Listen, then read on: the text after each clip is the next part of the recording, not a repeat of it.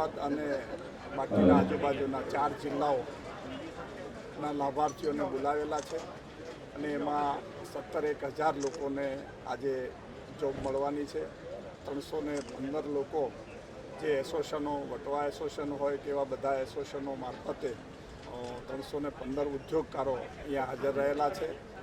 એટલે લોકો જે સ્કિલ જેટલા લોકો હોય, વધારેમાં વધારે સ્કિલ ડેવલપમેન્ટ આપણે ગુજરાતમાં જે એના કેન્દ્રો સ્થાપેલા છે. એટલે સ્કિલવાળા કોઈ પણ માણસો બેકાર આવતા દિવસોમાં રહેશે નહીં. કારણ કે સ્કિલ ના હોય અને ખાલી અભ્યાસના આધારે કોઈ માણસ એમ કે મને નોકરી મળે તો એવી તકો ઓછી છે. સાથે સાથે અભ્યાસુ લોકોને પણ, નોકરી મેળવવાવાળા લોકોને પણ વિનંતી કે તમે કોઈ પણ એક કામમાં તો પારંગત તો થાવ જ.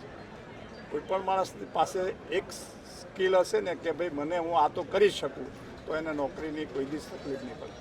ગુજરાત રાજ્ય અત્યાર સુધી એક એવું રાજ્ય છે કે આખા દેશમાં જે નોકરીઓ મેળવતા હોય એમાંથી 86% એકલું ગુજરાત નોકરી આપે છે.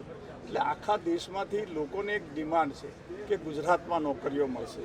એટલે લોકો જે અરજીઓ આવે છે એટલે એટલી બધી આવે છે પણ આખા દેશમાંથી આવે છે. અને ઘણા વખત નોકરી વધારેમાં વધારે સરકારી નોકરી મને મળે, સારી નોકરી મળે, કોઈ લોકો બેકાર છે અને નોકરી મેળવવા આવે છે એવું નથી. પરંતુ લોકો કામ કરતા હોય એનાથી વધારે સારું કેમ કરી શકાય, વધારે પગાર કેમ મેળવી શકાય, અમુક ઉદ્યોગમાં જઈને હું વધારે કેમ આગળ વધી શકું, એના માટે થઈ અને લોકો આવા મેળાઓમાં વધારે આવતા હોય છે. My name is Sushil Kumar. I am studying in BSc Zoology from MG Science. Actually, government is providing better opportunity, like providing the job where we students like go direct from interview, and now we are going for Tech Mahindra. They have updated our resume and they will call us for interview if they like our education qualification. Thank you. મારું નામ બારોટ વિષ્ણુકુમાર.